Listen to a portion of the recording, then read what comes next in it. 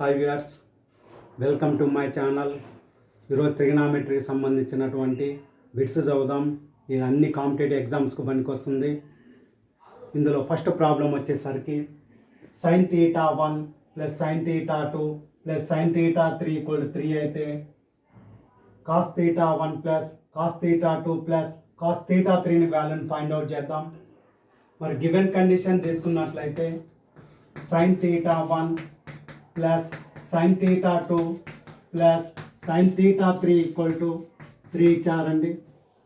అంటే ఈ 3 value some చేస్తే 3 వస్తుందంటే సైన్ థీటా 1 వాల్యూ 1గా తీసుకుందాం, సైన్ థీటా 2 వాల్యూ 1గా తీసుకుందాం, సైన్ థీటా 3 వాల్యూ కూడా 1గా తీసుకున్నట్లయితే 1 + 1 + 1 3 అవుతుందండి. తర్వాత సైన్ థీటా 1 ఈ 1ను మనం సైన్ 90 డిగ్రీస్గా రాసుకోవచ్చు. అప్పుడు ఆటోమేటిక్గా థీటా 1 వాల్యూ 90 డిగ్రీస్ అవుతుంది. అట్లానే సైన్ థీటా 2 ఈ 1ను కూడా మనం సైన్ 90 డిగ్రీస్గా రాసుకుందాం. థీటా 2 వాల్యూ వచ్చేసరికి 90 డిగ్రీస్ అవుతుంది. అట్లానే సైన్ థీటా 3 1ను కూడా మనం సైన్ థీటా 3 సైన్ 90 డిగ్రీస్గా రాసుకుందాం. అప్పుడు ఆటోమేటిక్గా థీటా 3 వాల్యూ 90 డిగ్రీస్ అవుతుంది. అంటే theta 1 90 degrees, theta 2 90 degrees, theta 3 value 90 degrees వచ్చింది.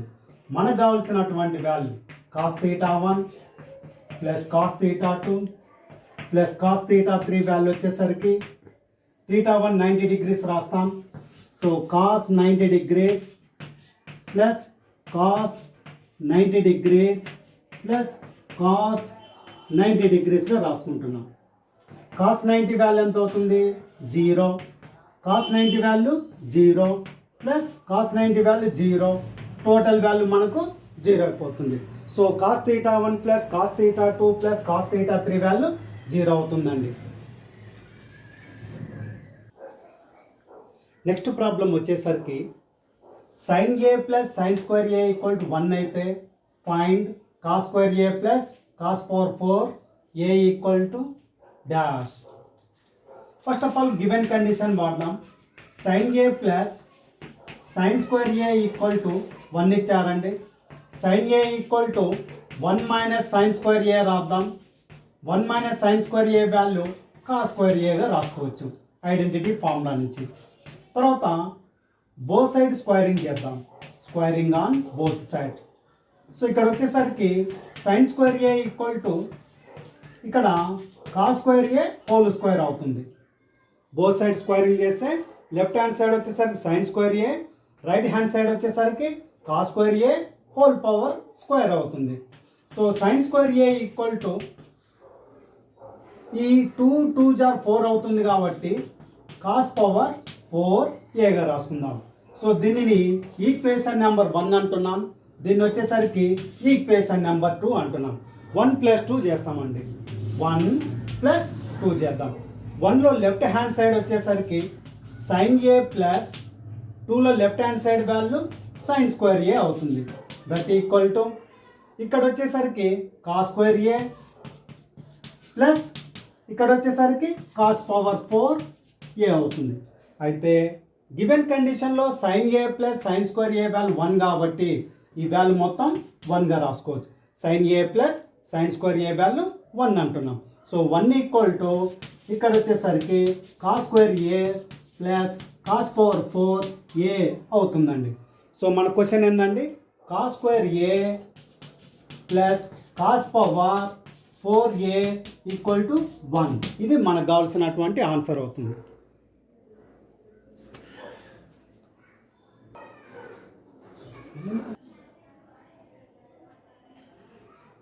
నెక్స్ట్ ప్రాబ్లం వచ్చేసరికి if alpha beta gamma are angles of A triangle అయితే and alpha plus gamma = 2 beta అయితే find sine alpha plus sine beta plus sine gamma వాల్యూని find out చేద్దాం. మరి alpha beta గామాలు అనేవి ట్రయాంగిల్లో వచ్చే angles అండి అవన్నీ కూడా. మరి గివెన్ కండిషన్ వచ్చేసరికి ఆల్ఫా ప్లస్ గామా = 2 బీటా అనే కండిషన్ సాటిస్ఫై కావాలండి. మరి నేను కొన్ని వాల్యూస్ ఇస్తాను. ఆల్ఫా వాల్యూ వచ్చేసరికి 90 డిగ్రీస్గా తీసుకుంటాం, గామా వాల్యూ వచ్చేసరికి 30 డిగ్రీస్గా తీసుకుంటాం, బీటా వాల్యూ వచ్చేసరికి 60 డిగ్రీస్గా తీసుకుంటాం. మరి ఈక్వేషన్ సాటిస్ఫై అవుతుందో లేదో చెక్ చేసుకుందాం.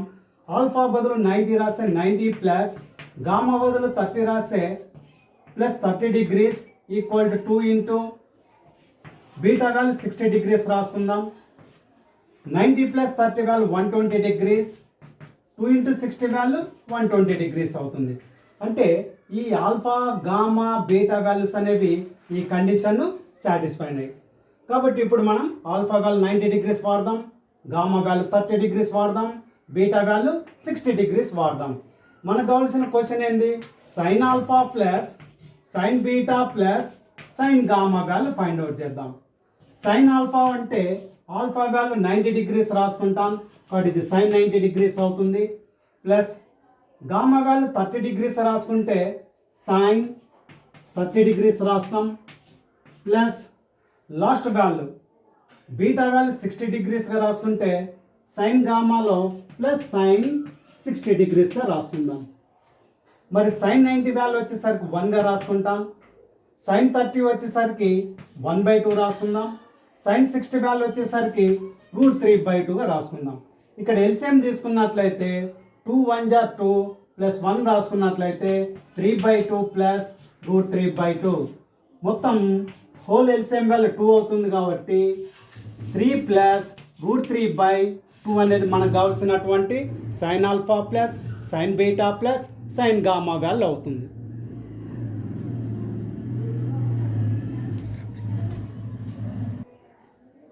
నెక్స్ట్ ప్రాబ్లం వచ్చేసరికి √3 tan θ ఈక్వల్ టు 3 sin θ అయితే find sin square θ minus cos square θ వాల్యూని ఫైండ్ అవుట్ చేద్దాం. మరి ఇచ్చినటువంటి ప్రాబ్లం తీసుకున్నట్లయితే √3 tan θ equal to 3 into sin θగా రాసుకుందాం. √3 లాగా రాద్దాం. tan θ వాల్యూ వచ్చేసరికి sin θ బై cos θగా రాసుకుందాం. That equal to 3 into sin θ. ఈ sin θ క్యాన్సిల్ చేస్తే √3 ఈక్వల్ టు 3 ఇంటూ cos θ అవుతుంది. ఈ డివిజన్ వాల్యూ రైట్ సైడ్ పంపిస్తే మల్టిపుల్ వాల్యూగా మారిపోయింది. ఈ 3ని మళ్ళీ ఇటు సైడ్ పంపిద్దాం, లెఫ్ట్ హ్యాండ్ సైడ్ పంపిస్తే √3/3 ఈక్వల్ టు cos θ అవుతుంది.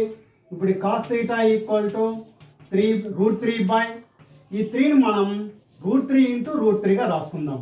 √3 క్యాన్సిల్ అయితే cos θ ఈక్వల్ టు 1/√3 అవుతుంది.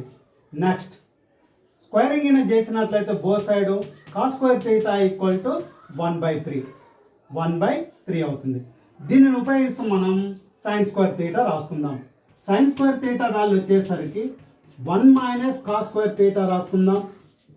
1 మైనస్ cos స్క్వేర్ θ వాల్యూ 1/3 రాస్తే 1 మైనస్ 1/3 అవుతుంది. ఎల్సిఎం కింద తీసుకున్నట్లయితే 3 1 జా 3, 3లో 1 పోతే 2/3 అవుతుంది. ఇప్పుడు క్వశ్చన్లోకి వెళ్ళినట్లయితే sin square θ minus cos square θ equal to sin square θ value ఏం రాద్దాం? 2/3 రాద్దాం.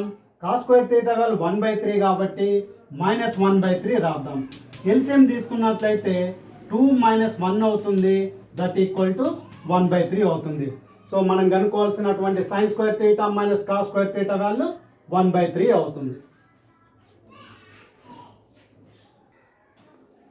నెక్స్ట్ క్వశ్చన్ వచ్చేసరికి cos 9 alpha equal to sin alpha and 9 alpha less than 90 degrees అయితే find the value of tan 5 alpha. ఈ కండిషన్ యూజ్ చేస్తూ మనం tan 5 alpha value కనుక్కుందాం. ఏం కండిషన్ ఇచ్చారు? cos 9 alpha equal to sin alpha ఇచ్చారు. మరొక కండిషన్ ఏమి ఇచ్చారు? 9 ఆల్ఫా లెస్ దెన్ 90 డిగ్రీస్ ఇచ్చారు.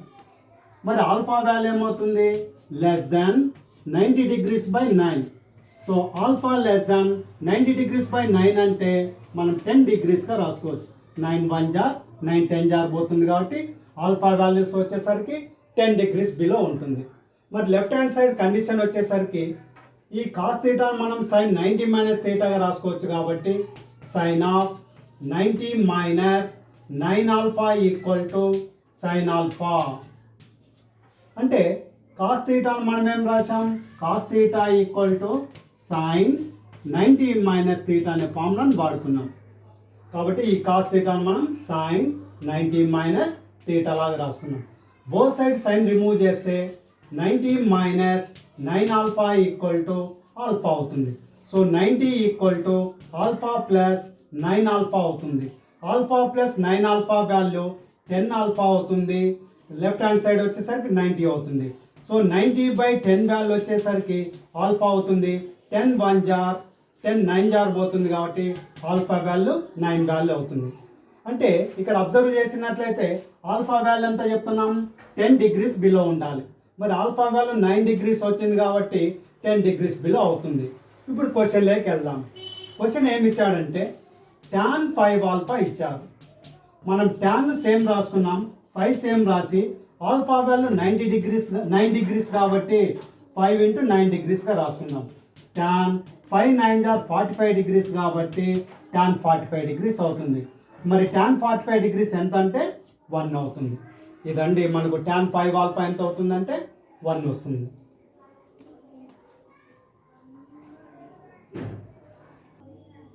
సో నెక్స్ట్ ప్రాబ్లం వచ్చేసరికి if tan theta plus cot theta equal to 2 అయితే find tan power 50 theta plus cot power 50 theta value మనం find out చేయాలి. So given కండిషన్లు ఏమి ఇచ్చారు, tan theta plus cot theta equal to 2 ఇచ్చారు. ఈ equation satisfy చేసే theta వాల్యూ ఏమంటానంటే 45 degrees అంటాం. కాబట్టి చెక్ చేద్దాం.